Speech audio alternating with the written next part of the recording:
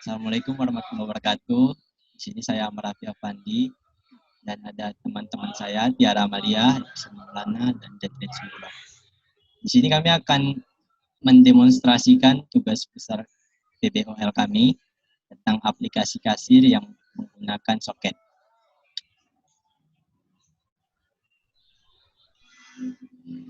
Nah, di sini dapat kita lihat source code kami. Nah, untuk menjalankan codingan ini, kita pertama kali harus menjalankan file bukti struknya. Nah, file bukti struk ini nanti akan menghubungkan antara klien dan server untuk mengirimkan struk nanti. Kita runkan dulu, berhasil. Selanjutnya kita run di frame kasirnya untuk memulai kerjaan. Oke, ini adalah tampilan program kasirnya. Untuk selanjutnya, saya persilakan kepada Tiara untuk menjelaskan hasilnya. Pada Tiara, jadi ini adalah tampilan dari program kasir yang kami buat. Di sebelah kiri ada tanggal dan waktu secara real time yang diambil dari Gregorian Calendar untuk mengetahui kapan transaksi ini dibuat. Jadi di sini ada, kalau ada yang mau beli, tinggal pilih barang sesuai listnya. Nah, misalnya ini memilih Fanta 2 liter, dia akan langsung kode barang dan harga barang akan langsung terisi sesuai dengan nama barang yang dipilih. Lalu banyak barangnya di-input dan di-enter sebanyak 2. Harga total dari barang tersebut langsung terisi pada jumlah. Lalu klik tombol tambah. Maka data yang ingin dibeli akan langsung masuk ke dalam tabel. Ini kita coba tambah barang satu lagi. Misalnya gunting sebanyak 2, lalu di-enter, ditambah. Nah, jika kita ingin menghapus gunting, maka pilih gunting, lalu klik tombol hapus, lalu muncul konfirmasinya. Harga total yang ingin dibayar, yang harus dibayarkan akan muncul pada kotak total yang di sebelah kiri bawah. Lalu masukkan jumlah uang yang ingin dibayarkan, misalnya 50.000. Lalu klik bayar, maka kembalian akan muncul sebanyak 10.000. Jika kita klik OK, maka struk akan muncul pada kotak struk belanja. Selanjutnya akan dijelaskan oleh Irfan. Lalu, setelah harga dibayar pada struk belanja dan menampilkan di pada struk belanja, maka jika kita mengklik tombol kirim struk, maka akan ditampilkan ke dalam aplikasi bukti struk Java. Lalu akan menampilkannya di struk Java.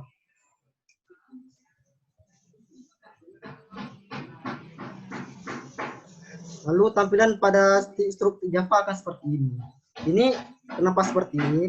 Karena saat struktur ditampilkan dalam program konsol, maka dia akan menampilkan tidak teratur karena berbeda ukurannya dengan frame yang ada di frame kasir tersebut.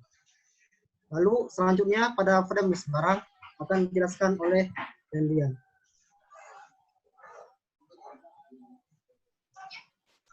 Ya, pada frame list barang ini fungsinya ini adalah untuk menginput data-data barang yang tersedia pada minimarket ini. Nah, pada tampilan frame list harga barang ini terdapat kolom untuk mengisi kode barang, nama barang, harga barang, dan cari barang. Terdapat juga di sini combo box untuk menentukan jenis barang yang akan kita input. Kemudian terdapat juga di sini tombol kembali untuk kembali ke frame kasir tadi. Kemudian ada tombol tambah untuk menambah barang yang akan kita input. Dan tombol edit ada fungsinya ini untuk mengedit barang yang ingin kita edit. Tombol hapus untuk menghapus data yang kita pilih, dan juga reset untuk menghapus data pada kolom-kolom yang terdapat di situ. Pertama kita akan coba menambah data. Kita ketikkan F03. Nama barangnya kita bikin nabati. Kemudian kita pilih jenis barang, kita pilih makanan. Kemudian kita tentukan harga barangnya, kita bikin 2000. Kemudian kita klik tombol tambah. Maka data akan masuk ke dalam tabel dan juga masuk ke dalam data pada database. Dan jika kita lihat pada tabel, data akan muncul pada bagian bawah.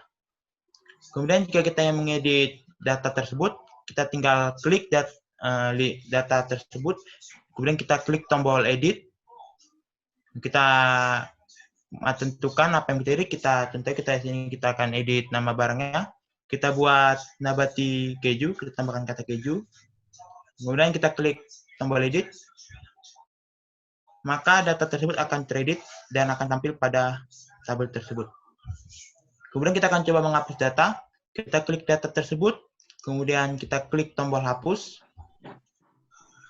dan akan muncul notifikasi konfirmasi hapus data. Kemudian kita klik yes, maka data tersebut akan terhapus dari tabel dan dari database tersebut. Kemudian kita klik misalnya di sini gunting, kita klik tombol reset, maka data pada kolom kode barang, nama barang, dan harga barang akan terhapus. Kemudian kami akan menjelaskan mengenai source code dari program kami ini.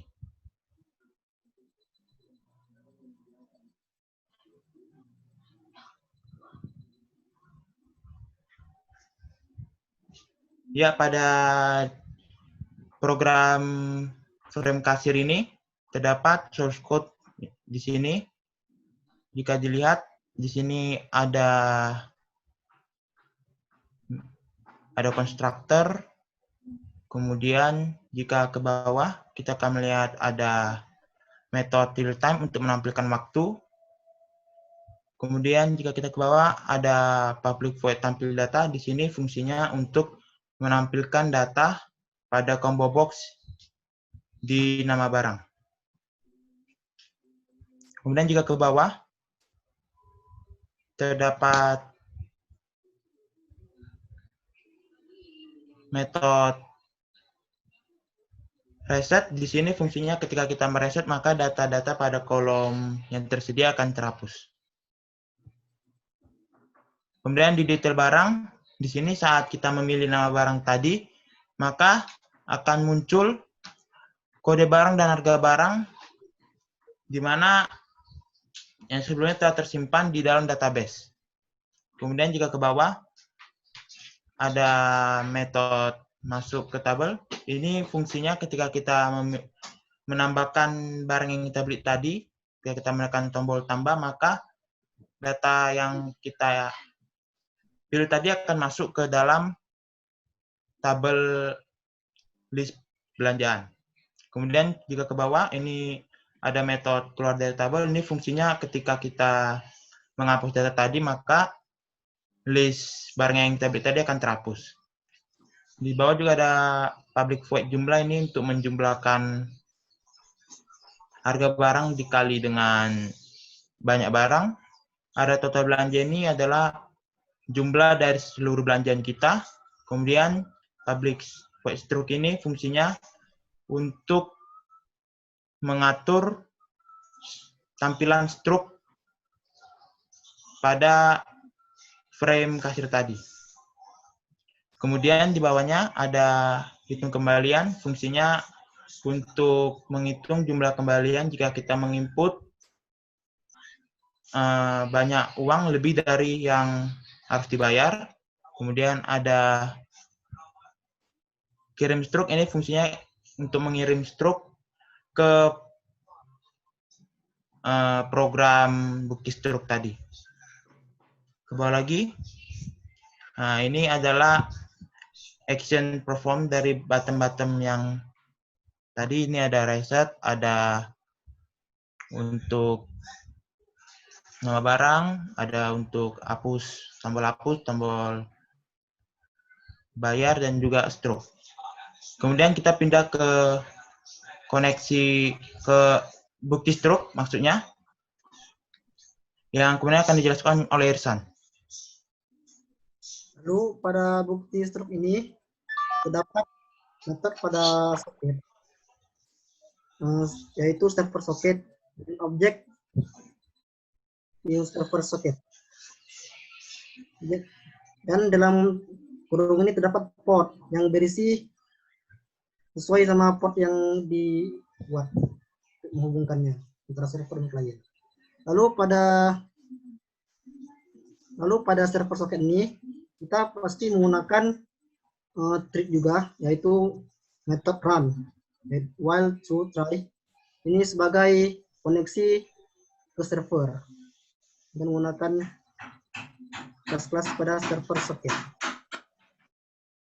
Lalu pada main terdapat tipe data port yang berisi 1402. Itu merupakan port yang menghubungkan antara bukti struk pada server ini kepada kliennya. Gitu. Lalu test, try, treat, dan test start ini untuk menjalankan triknya dan menjalankan koneksi ke klien tersebut. Lalu ada catch ini sebagai jika tidak nyambung maka dia akan mempunyai kesalahan. Lalu selanjutnya pada frame caster Java akan dijelaskan oleh Tiara. Frame list barang maksudnya. Frame list barang ya. Jadi pada frame list barang ini di bawah itu ada konstruktor yang berisi fungsi-fungsi yang telah dijabarkan di bawah.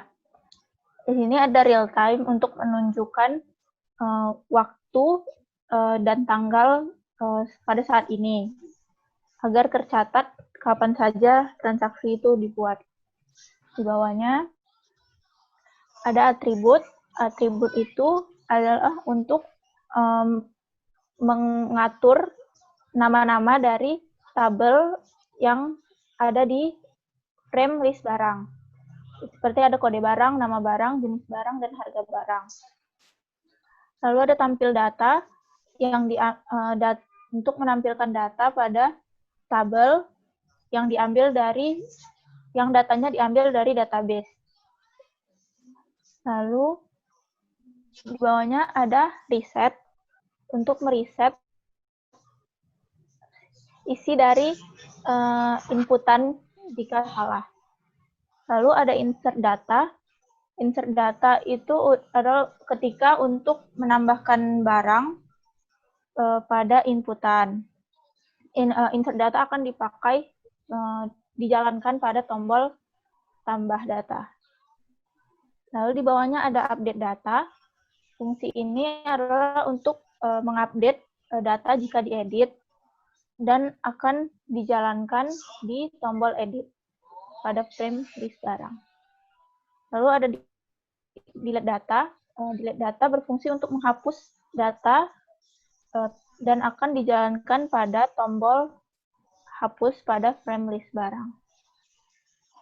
Lalu ada ambil data. Ambil data ini untuk mengambil data yang ada pada tabel dan akan mengambil isi dari tabel tersebut. Bawahnya lagi ada fungsi search untuk mencari barang yang diinginkan. Itu bisa dari kode, bisa dari apa saja yang ada di nama barang tersebut. Lalu di bawahnya Di sini ini ada button tambah, tempat menjalankan fungsi insert data, ada button edit untuk menjalankan fungsi update data, ada tabel list barang untuk menjalankan fungsi ambil data, ada button hapus untuk menjalankan delete data, ada button reset untuk menjalankan fungsi reset, ada TXT cari barang untuk menjalankan fungsi search, dan button kembali untuk kembali ke frame kasir yang sebelumnya. Selanjutnya akan dijelaskan oleh Jandri. Ya, pada file koneksi.java ini, di sini fungsi dari file ini adalah untuk menghubungkan data dari database agar dapat terkoneksi dengan program ini. Jika dilihat di situ, pada koneksi, di situ terdapat query. Coba geser ke samping, Mar.